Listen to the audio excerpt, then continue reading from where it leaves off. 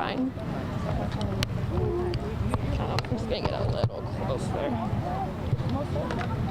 Mic check, 1, 2, 3. Mic check, is your mic good? Mic check.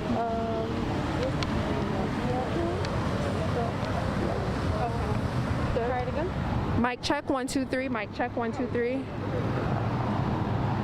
Oh, because I turned it. It's good to go. Okay, sounds good. All right, ladies, thank you so much for taking the time. Oh, I'll hold it for you. Oh, okay. Yeah. She said she could hold it. Ready? Oh, thank you. They're gonna be loud enough? Yeah, can you just lift it up a little bit? Just let me know if it's in the shot or not. It's okay. If it's the shot is better with 2 people, I can step out. No. It's fine. It's perfect. Yeah. We know you're talking into a microphone. Okay. I mean, I can. Oh yes, please. You sure? You're the mother. Yes. Do I need to take the megaphone off? Is it in the way? Okay. It's okay. I'm bendy. You sure you don't want us to hold it? Because we can hold it low. You want to hold it? I mean, we can hold it invisibly. Okay. You know what I'm saying? Okay. Is that good? Yeah. I didn't want you to have so much on your hands. Oh, no. Nah, this is good. As a matter of fact, let me put this down because I don't have to be holding that. Thank you, ladies, so much. May I have all of your names just for the record, please? Dana Fletcher, R-A-D-I-A-H. Shayla Fletcher, S-H-A-Y-L-A. And Deborah Fletcher, D-E-B-O-R-A-H. Sherelle Fletcher, C-H-E-R-E-L-L-E. Okay, so the 27th makes it a year, right? Right. Year, the 27th makes it 1 year. What is it that you all are hoping to accomplish with your weekend of action? Well, I think one thing we hope to accomplish is just letting people know that this is not a matter that we intend to let go, no matter what kind of opposition we get from Madison. Sorry, you're gonna have to edit all this out. Okay, Start again. Yeah. Well, one thing we hope to accomplish is just more visibility and letting the community know that this is not a matter that we're going to let drop, no matter what kind of opposition we get from the city of Madison. And we hope it also inspires other people to not let matters like this go, that is of such great importance in individual people's lives and into the community as a whole. We feel that when public officials think that they can act without accountability, it puts everybody at risk. And that's not something that we're just willing to stand by and let go anymore. They made it personal for us, and we have no choice but to get involved. Hopefully so that nobody else has to be in this position. That's what we hope to accomplish with this weekend. One thing that you all keep chanting is release the names, release the tapes. Can you tell us the background behind that? So, we understand that there were 5 officers involved in the encounter with Dana Fletcher, all of whom presumably were wearing badges that have their names on it. And so the expectation is that the officers' names would be known to the general public anyway. So it is of concern to us that when they kill somebody, all of a sudden their identities have to become secret. And to me, that's inexcusable. Why, when they make a traffic stop, can you know their name, but when they kill you, your family doesn't even know who they are? So yes, we are making a demand that the community stand with us to make sure that there is accountability, that the people who engage in certain actions are made known, especially if the police claim that what they did was justified. There should be no reason that their identities remain a secret. But we think there's a reason that they don't want their identities known. We think there's a reason that they have not released any of the body cam video footage. That maybe the story is not as they claim that it is.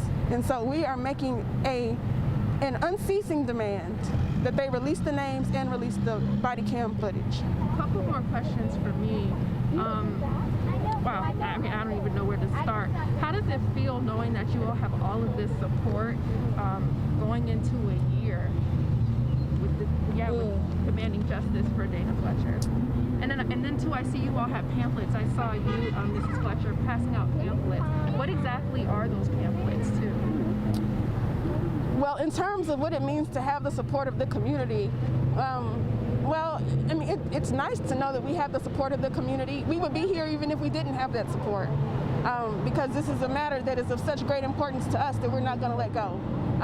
You know, we don't stand here just because we're trending. I don't think we ever have been trending. And yet it's been a year, and we've been out here as much as we can be throughout that time. And we'll continue to be here until we get some results that we can live with. But right now, we haven't gotten those results. So we will continue to stand here and take whatever other actions are necessary until we get what we think is required, which is transparency, accountability, and justice, not just for Dana Fletcher, but for anybody else who has an encounter with Madison police in the future. And I was going to ask a question. Go ahead. You know, now that you guys have seen how much everyone has pushed for the Confederate monument to be moved, and it was moved, does that give you guys any sort of hope that there could be enough pushing that yes, you will get that 911 call, yes, you will get the body cam footage? Are you guys being hopeful about that? Well, I mean, if you have some thoughts, feel free to speak on it. Well, I believe that seeing the Confederate monument being removed after, extended pressure, I believe that is something to be hopeful about, definitely. Do I think that it, plays in the favor of this case? Probably not so much. We're going to have to continue to apply, our own pressure in order to see those results. But yes, definitely, it was a big win for the city of Huntsville and those that supported the removal of that racist statue. Now, if you guys don't get a public release of the footage, would you at least, just let us see it? We want to see it because, like I had asked Dr. Sherry, what she saw, what the girls saw, does not add up to what the police are saying they saw. Well, we have made that request in writing to the city of Madison to let the families see, and they have declined that request. So we are continuing to make that demand, both formally and through whatever legal channels we need to. But no, we won't rest until we see the body cam footage. But to speak on that issue about the Confederate monument being taken down, I would say it would be great if the same people who stood behind that actually showed up in support of the movement for the transparency in public officials who are living here today that still might have the same mindset as the monument that they demanded that they get taken down. I mean, taking down a monument is nice because it is symbolic of a mindset that doesn't really accommodate life in 2020, but as long as you still have public officials who have those same ideals, you haven't really accomplished that much. So we urge those same citizens who stood and demanded that monuments be removed, also make sure that they remove the people who are alive today who have those same mindsets in public office. And I think my last question for you all is, we both saw that the Madison PD did show up and they asked for assistance. How did that make you feel? I mean, it felt like a joke to me that you come and ask how you can help now. You could have helped by not killing my brother on October 27, 2019. Then we wouldn't even be here for this. But, And from what I understand, from their words, they said that they wanted to assist during, I think, the portion where you all are going to march. Right. Are you all going to accept the assistance, or it's just? I told them that if we needed assistance, we would call 911. That's what people do when they need assistance from the police, presumably. So if we feel like we need that, we'll let them know. And I wanted to go back to the pamphlets that were being passed out. I think that's in reference to a bill that you all are pushing. The pamphlets in general are for creating awareness in a way that includes specificity that we couldn't get in the short amount of time that people travel back and forth at this intersection. So they cover the goals that we're requesting: the release of the body cam footage, the release of the 911 call or the alleged 911 call, and also the release of the names of the officers. And that's all printed right here so people can see that plain as day, what we're out here demanding. And it also goes into a short summary of what took place on October 27th, that day, when those 5 officers encountered us. There's a section where people have an opportunity to read about how they can help personally. They can contact the mayor, contact the chief of police here in Madison City, demanding these things, not only in our behalf, but in behalf of themselves, because if this happens to us, that potential is there for them to experience the same thing unless there's a change made. And that's outlined in Why You Should Care. So we have these different sections to notify people and to give them an opportunity to also apply pressure to the public officials in their own behalf. You mentioned the bill. The Dana Fletcher bill is also on this pamphlet. It goes into why the bill is necessary, because there is no legislation in Alabama that states anyone is allowed access to body cam footage worn by police officers. And so that's not complete transparency. That's not going to allow the accountability that's necessary when police officers go beyond their call of duty or their guidelines and training, their supposed training, when they make a decision that puts people in harm's way or goes beyond into police brutality or excessive use of force. So if we don't see those things, we can't hold them accountable. That's a problem. We need to enact legislation that governs how body cam footage is used, who gets to see it, and when. And the Dana Fletcher bill actually outlines that. Family members of a deceased person in the video would have an opportunity to view the footage, or their representative, or you yourself if you happen to survive an encounter, which at this point, we don't really know we would because of what happened to Dana. So there's a petition that we started at www.change.org/Dana Fletcher bill, where there's a copy of the bill itself where you can print it off, you can read it, get familiar with it, make sure that you understand what the bill is stating for your benefit and all citizens in the state, because it's not just for us to be able to see Dana Fletcher's interactions with the police. Right. It's so that anyone who encounters police officers will have an opportunity to view them or their family members' interactions and make sure that they're being treated fairly. And so that's what these are about. I've been walking up and down the street. I've been advised that if I keep doing it, they're gonna give me a ticket for it. They don't want me giving these out, but I've been giving them out anyway. And I plan to not stop, so here. And how many signatures have you all been able to get? Almost 50,000 on the change.org. You need 100,000? I think 100,000 would probably be effective, but we've been in contact with legislative representatives here in the state of Alabama by email and some direct by phone call, and we've been trying to get assistance from them to back the bill so that they can push for its enactment.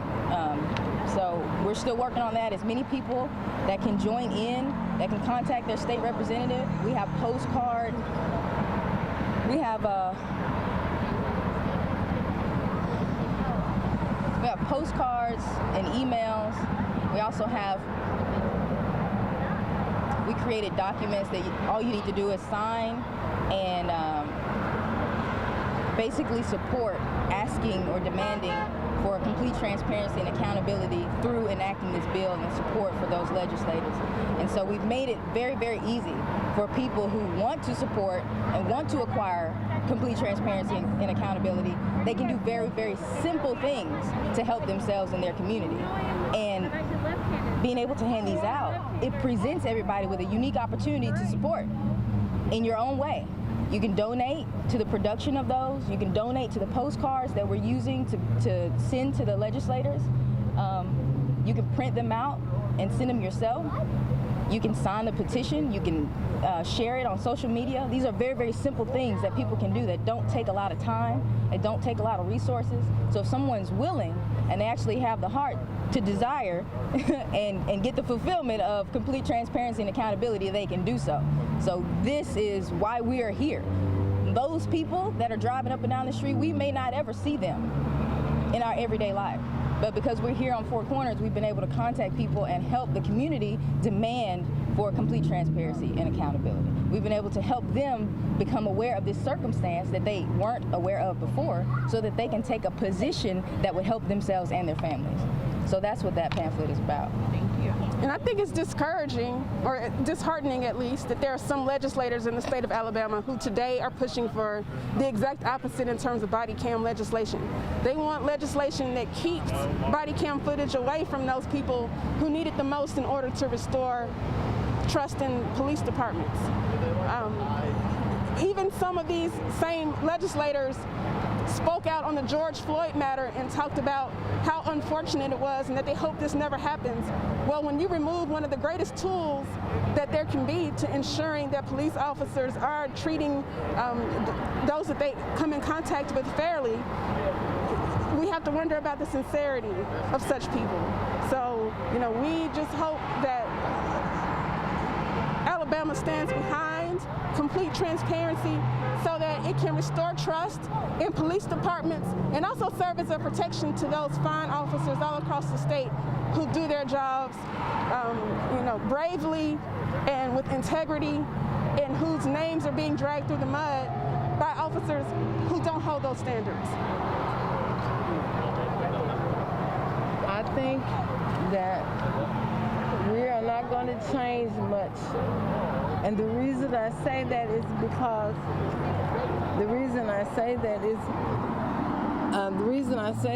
because most of our community, they feel comfortable simply because they have not been smacked in the face like us. And that's the wrong position to take. I mean, we unfortunately did not see this coming either.